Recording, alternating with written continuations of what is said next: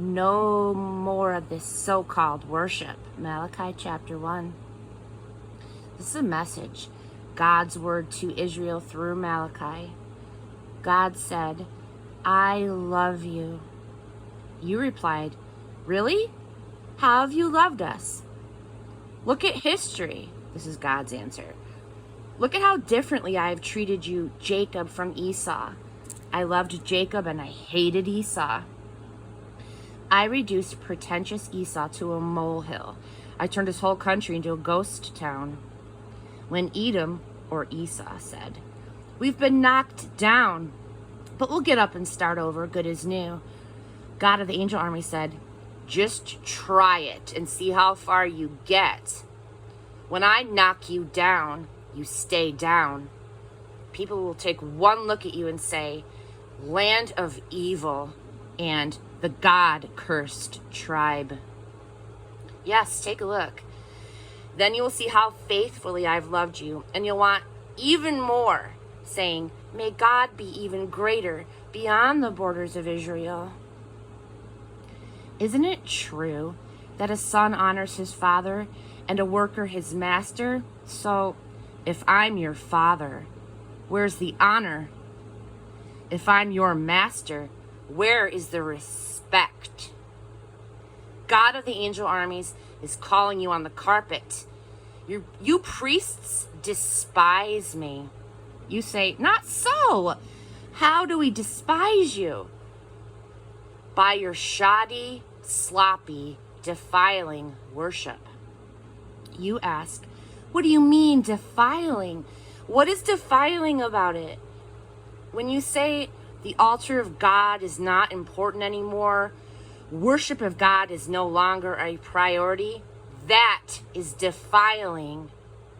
And when you offer worthless animals for sacrifices in worship, animals that you're trying to get rid of, blind and sick and crippled animals, isn't that defiling? Try a trick like that with your banker or your senator. How far do you think it will get you? God of the angel armies asks you. Get on your knees and pray that I will be gracious to you. You priests have gotten everyone in trouble. With this kind of conduct, do you think that I'll pay attention to you? God of the angel armies asks you. Why doesn't one of you just shut the temple doors and lock them? Then none of you can get in and play at religion with this silly, empty-headed worship. I am not pleased. The God of the angel armies is not pleased. And I don't want any more of this so-called worship. Offering God something hand-me-down, broken, or useless. I am honored all over the world. And there are people who know how to worship me all over the world, who honor me by bringing their best to me. They're saying it everywhere. God is greater, this God of the angel armies. All except you. Instead of honoring me, you profane me. You profane me when you say, worship is not important and what we bring to worship is of no account. And when you say, ugh, I'm bored. This doesn't do anything for me. You act so superior, sticking your noses in the air. You act superior to me, God of the angel armies. And when you do offer something to me, it's a hand-me-down or broken or useless.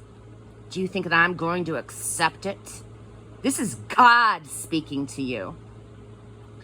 A curse on the person who makes a big show of doing something great for me. An expensive sacrifice, say, and then at the last minute brings in something puny and worthless. I am a great king, God of the angel armies, honored far and wide, and I will not put up with it.